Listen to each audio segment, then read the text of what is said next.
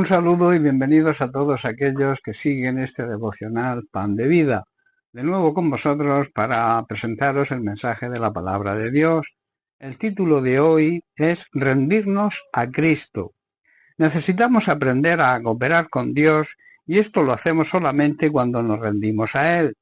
Cuando levantamos las manos hacia Dios es un símbolo de nuestra rendición a Él. Esta rendición tiene 3 pasos fundamentales. El primer paso es o debe ser un destronar del pecado en nuestra vida, dejar de ser esclavos del pecado. Recordemos que pecado es toda desobediencia a la palabra de Dios. Debemos dejar de ser dominados por el pecado. Pablo dice, no reine pues el pecado en vuestro cuerpo mortal. No tenemos que dejar que el pecado gobierne nuestra vida.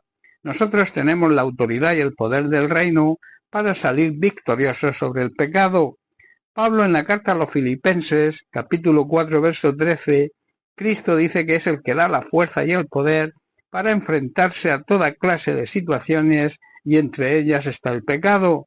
Tenemos que tomar la palabra de Dios y decir, conozco mi identidad con Cristo, cuento con mi aprobación de Cristo, o sea, sé y reconozco quién es Cristo y quién soy yo en Cristo. Por lo tanto, destrono el pecado en mi vida. Esta debe ser nuestra confesión. Y decirle a Satanás, tú no vas a arruinar mi vida, que es lo que él quiere hacer. Porque el pecado, dice Pablo, no se enseñoreará, o sea, no será vuestro Señor, pues no estáis bajo la ley, sino bajo la gracia. La gracia de Dios es el poder que nos capacita para superar cualquier tentación y cualquier prueba, y también para vencer el pecado. El segundo paso es que debemos entronar a nuestro Señor y Salvador Jesucristo. Pablo en Romanos capítulo 6, verso 13 nos dice, ni tampoco presentéis vuestros miembros como instrumentos de iniquidad para el pecado, sino presentaos vosotros mismos a Dios como viviendo fuera de los muertos.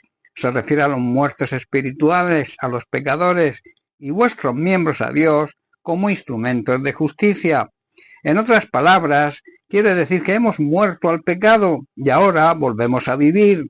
Así que no podemos dejar que el pecado nos use para hacer lo malo.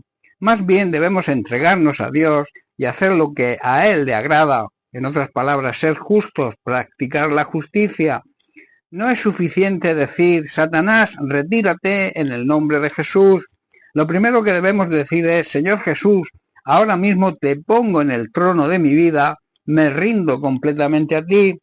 Jesús les enseña a sus discípulos a orar y a dirigirse a Dios de esta manera, porque tuyo es el reino y el poder y la gloria por todos los siglos. Tenemos que reconocer quién es nuestro Señor. Él es el Rey de Reyes y el Señor de Señores, así lo afirma Juan en Apocalipsis. Y el tercer paso es que debemos vivir en santidad y ser siervos colaboradores fieles de nuestro Señor. Pablo en Romanos capítulo 6, verso 18 nos dice, y habiendo sido libertados del pecado, fuisteis hechos siervos de la justicia.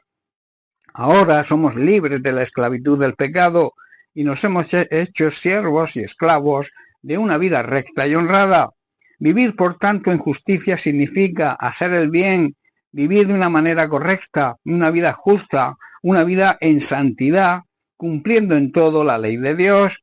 Pablo aquí nos habla y nos describe a los creyentes como siervos, o sea, como esclavos de la justicia y siervos de Dios. También nos habla de colaboradores con Él, formar sinergia con Él para afrontar las distintas problemas y dificultades que surgen en nuestra vida y también para afrontar y poder vencer la esclavitud del pecado.